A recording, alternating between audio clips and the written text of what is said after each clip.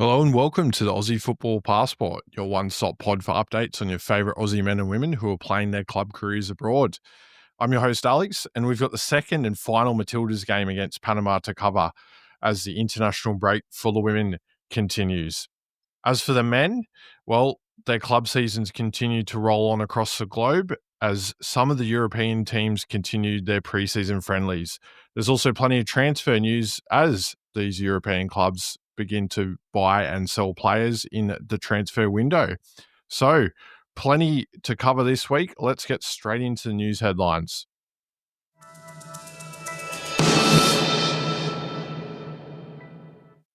Let's get straight into the confirmed transfers this week with Fran Karacic completing a move from NK Lokomotiva Zagreb to HNK Hajduk Split.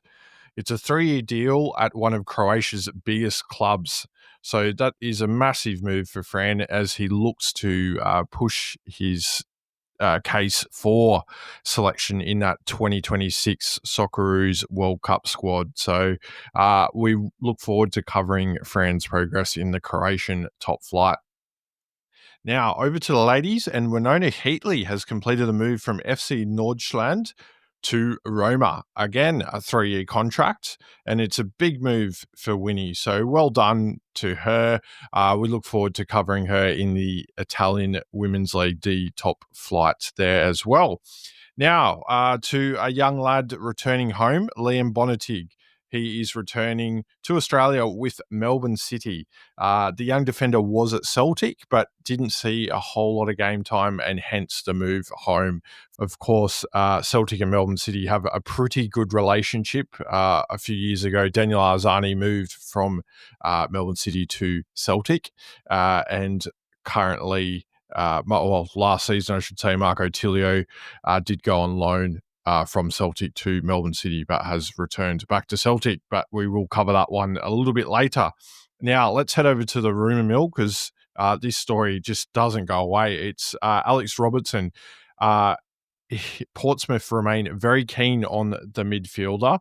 So let's see how this one plays out. There's a lot of rumblings going on with that move, but Alex Robertson, it does look like he will stay in the championship. It's just whether it will be with Portsmouth or another club from the same division.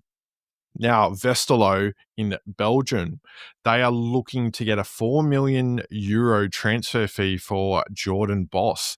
Of course, Jordan is currently working his way back from injury, so that'll be an interesting one to play out. Of course, he's quite a versatile player, playing pretty much anywhere down that left-hand side of the field from left back to left wing. So we'll keep you posted on that one.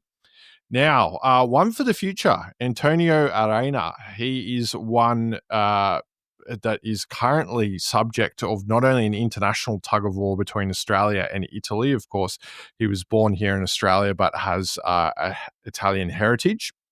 He's also being courted by a number of clubs in Italy, and it's a pretty good list, to be honest. Napoli, Roma, Como, and Milan, that was a bit of a tongue twister, are all vying for his services. Now, it should be noted Antonio is only 16 years of age, but he's a forward, and forwards are pretty sought after for a lot of clubs. And to have those 4 clubs chasing you, pretty good stuff for Antonio. Let's hope he makes the right decision there. Out of those, you'd probably want to go to Como. Cesc Fabregas does like to play young players in his side. So let's see how that one plays out, but one to keep an eye out on over the coming weeks. All right, now other headlines. Speaking of international tug-of-wars, Nectar Triantis has actually come out in an interview recently saying there is a place for both Greece and Australia in his heart. So therefore, his international allegiance remains undecided. So another wait and see there, but plenty of options in midfield for the Socceroos at the moment, and also in defence, both positions that Nectar can play in. So let's see how that one plays out.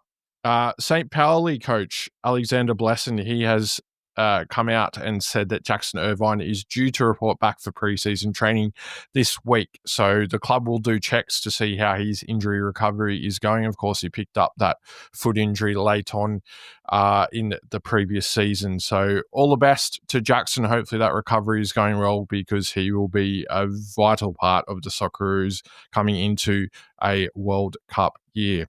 All right, so that's it for the headlines this week. We'll move over to the weekly wrap in just a second.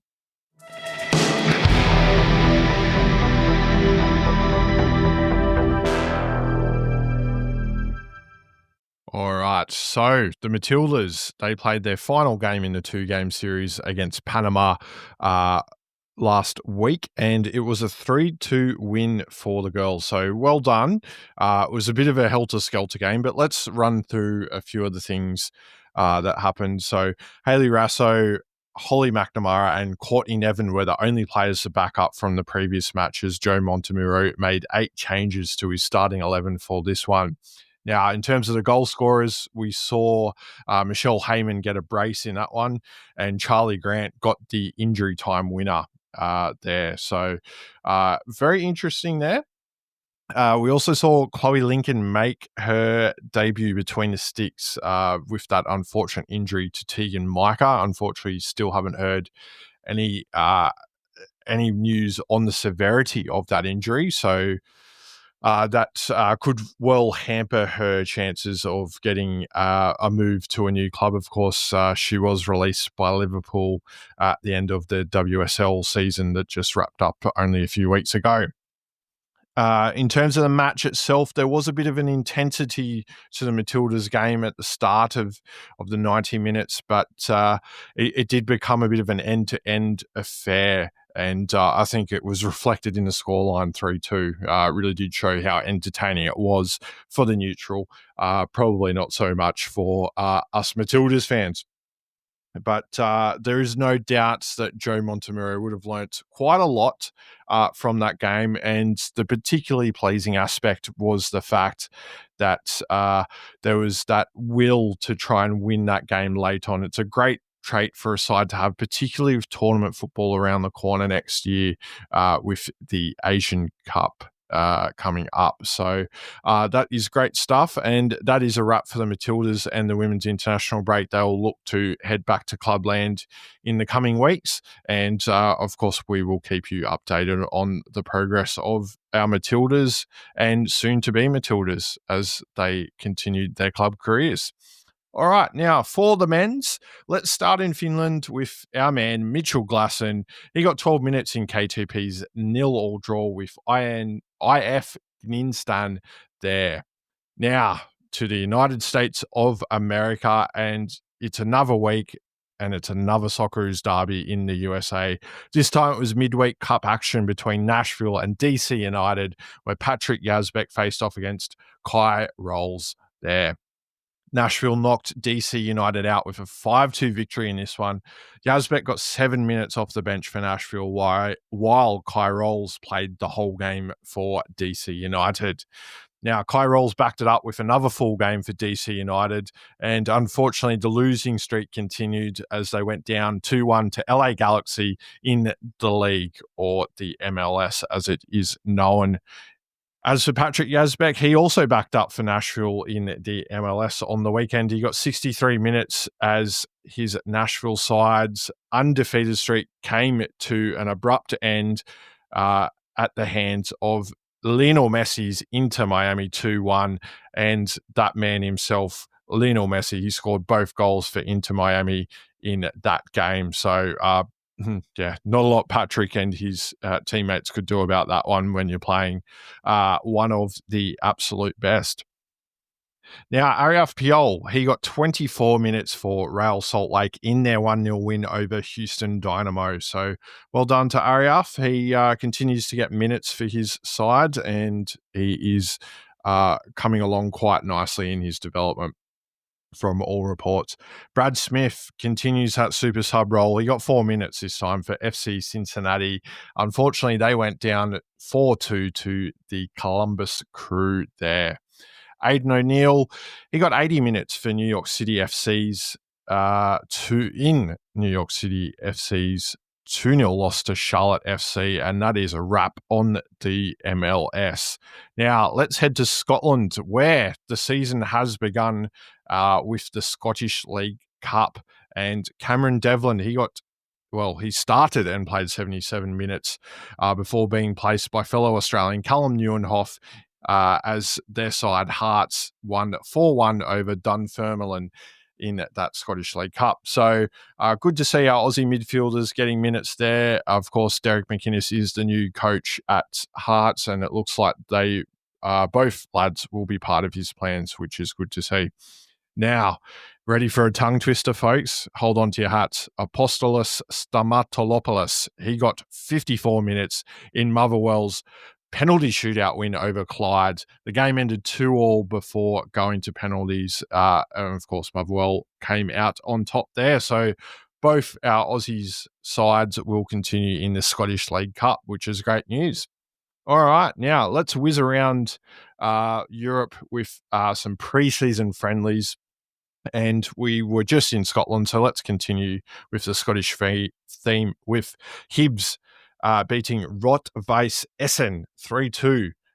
Lewis Miller started. He played 32 minutes, but unfortunately picked up a knock and came off there. Of course, unlimited substitutes during these preseason friendlies, so no need to risk him, and he came straight off. We'll let you know if it was anything serious. It doesn't seem to be, just a bit of a precautionary one for him there. Now, one of our other Aussies in that Hibs side, Martin Boyle, he came on in the 61st minute, and it was a decisive substitution as he went on to score the winner. It was a volley there. So well done to Hibs, and of course, Martin Boyle picking up from where he left off last season with Hibs. Now, their former Hibs teammate, Nectar Triantis, of course, we've covered him being wanted by Hibs, but he returned to his parent club, of course, Sunderland, who have just been promoted to the English Premier League. They got a 4-0 win over South Shields, and Nectar got 45 minutes in that game. Now, let's head to Portugal, where we had an Aussie derby. Santa Clara, they beat Middlesbrough 1-0, and it was Anthony Carter turning out for his new Portuguese club, Santa Clara. There, he got the goal. So well done to Anthony there.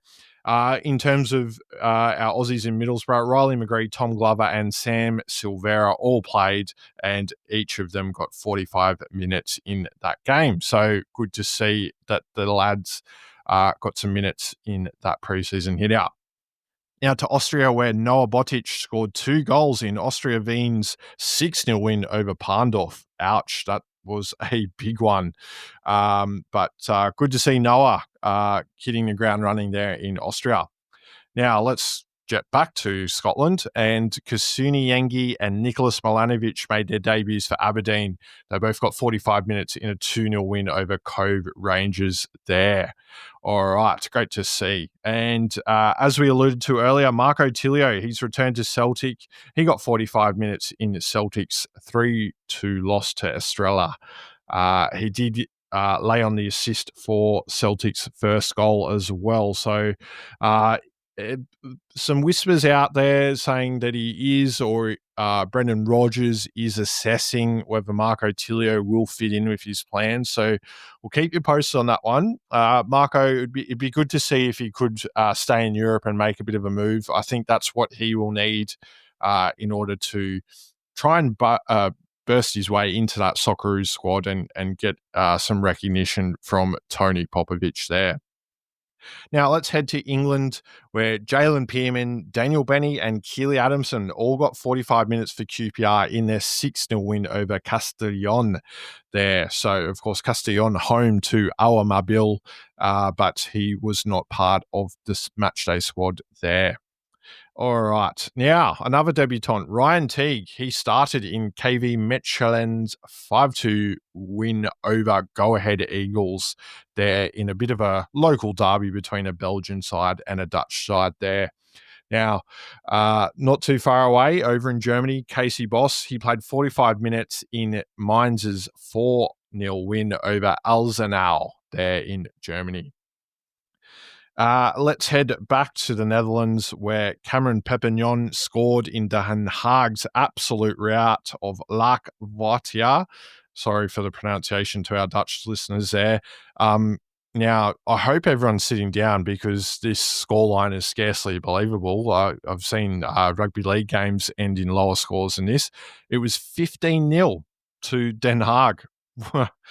Yeah. So you can tell the quality of the opposition there. Ouch.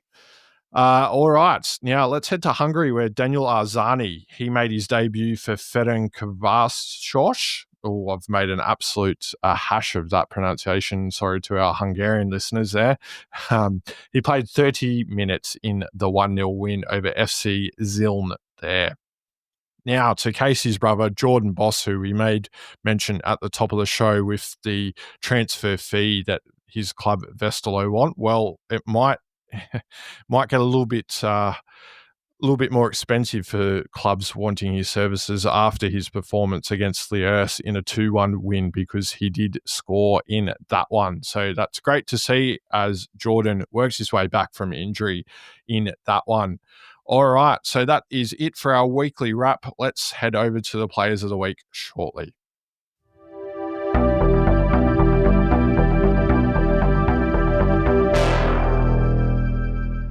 All right, players of the week this week. And our women's player of the week, it goes to Charlie Grant. Well, look, it could have been easy. We could have went with Michelle Heyman, of course, with her wonderful brace for the Matildas in that 3-2 win over Panama.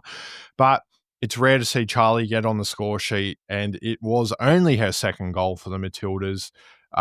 It's not just the goal for Grant, however, her boundless energy. She's a key part of the team, I think, with her utility value. She can play on the left or the right-hand side. She works hard. She offers a threat in attack, but also is a sound defender. And look, I think she just goes under the radar a lot. And it's a bit difficult when you've got the likes of Steph Catley and Ellie Carpenter ahead of you in the left and right fullback roles. So it was good to see Charlie take her opportunity well and getting on the score sheet with a vital goal to get that win. So very good to see there. As for our men's player of the week, well, we finally have some goal scorers to choose from. It was incredible this week. But of course, we had a couple of blokes score in the preseason friendlies, but I thought we should go with someone that scored in a competitive game. It was John Iredale with his rescue effort for his club side, Seoul Eland, in the Korean second division. So he played the full game, but showed his endurance and stamina in that one, managing to score the 91st minute equaliser in his side's 2-2 draw with Ansan Greeners. So that's John's 9th goal of the season. So, look, he's in a rich vein of form, and it will be interesting to see if anyone comes knocking for his services. It feels like maybe he could step up a level, but let's see what happens for John. We'd love to see that, and we'd love to see, well, a striker that is putting him in the back of the net regularly, playing in green and gold. So let's see what Tony Popovic's thoughts are come September and the next international window when he chooses the Socceroos squad to play New Zealand. Well, all right. All good things must come to an end. And of course, that means it is the end of another week of the Aussie Football Passport podcast. Really hope you enjoyed the episode. Make sure you like, subscribe, follow, and rate the show on whatever platform you are listening to this on, all the good and the bad ones. We're on Spotify, Apple Podcasts, YouTube, and Amazon. Make sure you follow us on social media. We are on X, Facebook, and Instagram as well. All right, so that is it. Thank you very much for listening, and I'll catch you in the next episode. Goodbye for now.